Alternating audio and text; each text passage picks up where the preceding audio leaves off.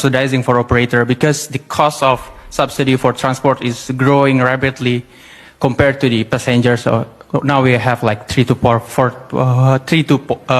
trillion. How do you manage this, those delicate balance between subsidizing for operator or subsidizing for the passenger? Thank you. Thank you. And you're with the school, right? Yeah, I'm an MPP senior. You're an yeah. MPP senior. Excellent. Okay. We'll take the second question here. For the gentleman behind and then the one in front. Selamat sore, Mas Anies. My name is Chrysler. I'm within the school. Chrysler. I can concur the enjoyment experience when working in the sidewalk of Jakarta. I used to work in Jalan Sudirman. Oh. But what I'm interesting in question is that despite the innovation that you introduce, how do you empower the bureaucrats so they can put the innovation stays? They don't throw away the sidewalk when you left the office. Thank you. Thank you. Okay, go ahead. Thank you, Prof. Zana. My name is Paul Lim. I'm from Malaysia. So my questions to Pak Anies would be about the Indonesia and China relationship, particularly in the Belt and Road Initiative, as Bandung and Jakarta HSR is one of the landmark project in the it's ongoing landmark project in the Jakarta, and we see significant progress. Oh, the high speed. Yes, HSR. We see significant progress after President Jokowi visited Beijing in July. So, as you are one of the forerunner of the coming presidential cabinet, so what? And you might be dealing with greater challenges, for instance, the state-to-state relations. So what are your views on the BRI in Jakarta and Indonesia? Thank you. The BRI initiative. Thank you very much. Yes, BRI. BRI. The Belt and Road. Okay.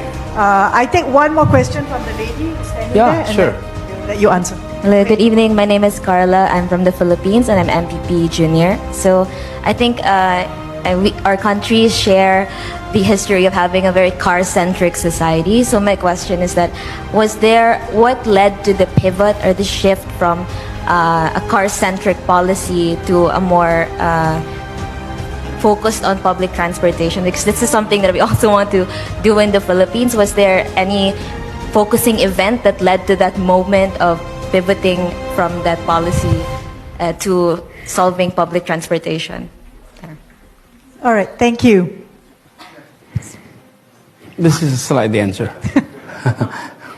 So I hand it over to you to answer the 4 questions. Yeah, and they're very big ones, actually. Yes, they're big questions. Yeah. First with Pandito. Thank you. Very good questions. Yes, in the short run, if I may say, in the short run, it looks like we are subsidizing the operators in the short term. Why that is the case? One, our ridership has not reached the target we would like to reach. And this is like a chicken and egg problem. Do you want to invite more partners into the business of public transport? You need to have high ridership. And then to have high ridership, you have to invest on making sure that the fleet were available and reaching out to all area of Jakarta. So in our model is this: we invested now, we subsidize, and this will continue to grow. And as it's grow, we will then rely on non-fare box revenue. Instead of like today, we're relying on fare box revenue, and the difference is being subsidized. So we are pretty sure that as this continue, we will be seeing that trend. Number 2 is on the TOD development. The TOD development will brings in a lot of investment, and it will also change the equations on the public transport expenses.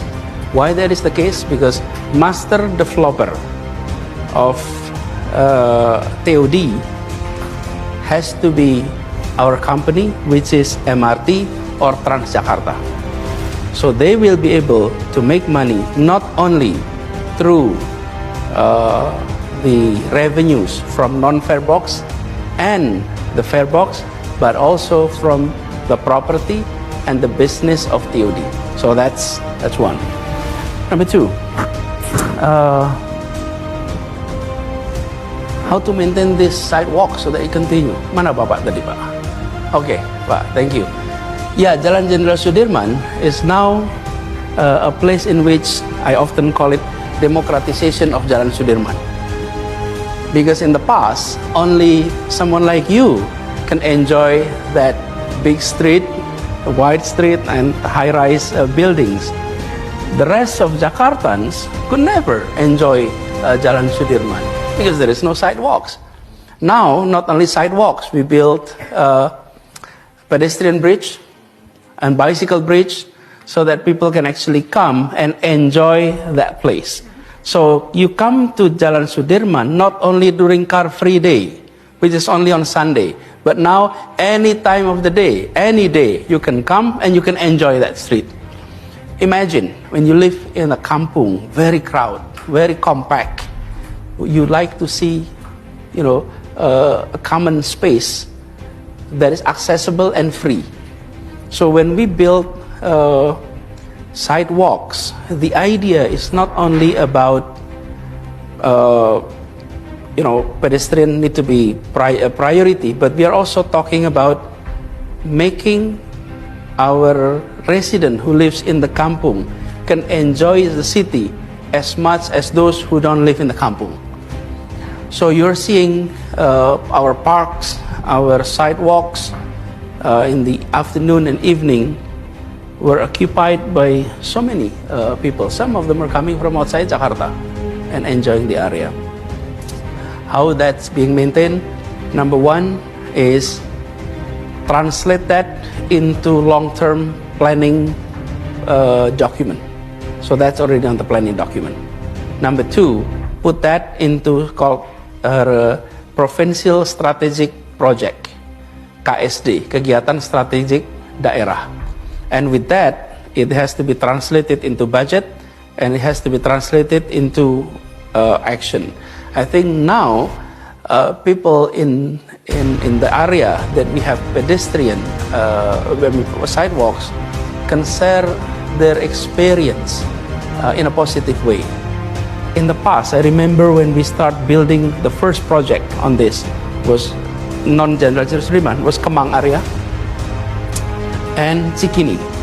In the Kemang area, oh my God, the rejection was so strong. And they don't want to have a pedestrian. They don't like to have their parking space taken for sidewalks. And these are groups who are highly educated, highly connected. So both are problems when we're having, they have all the argument from the other side. We come up with an offer. Give us 3 meters of your land and we'll give you extra floor for your building. That was the offer. We're not paying for your land. The land is still your property, but we're gonna take it for sidewalks and we're gonna give you extra floors. So some are getting 2 floors, extra 2 floors, some are getting, depending on the size, some are getting 3 floors, and they're happy. That was the initial happiness. But we need the sustainability of happiness, right? What happened is, I'm giving an illustration. When you come to a mall, you take your car and you park. After you park, you walk in the malls and trying to decide which restaurant you will eat as you walk, right? But when you go to area of like Kemang, you decide which restaurant and then you park.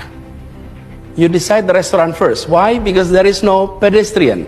As soon as we created the pedestrian, what happened was they park and they walk and decide which restaurant to visit. So what happened was not only restaurants that have big parking lot that enjoy high occupancy, but also all restaurants in the area were enjoying that. So there is that effect.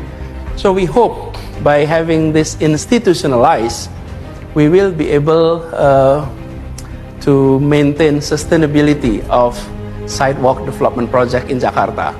But let me note, it is already 241 kilometers.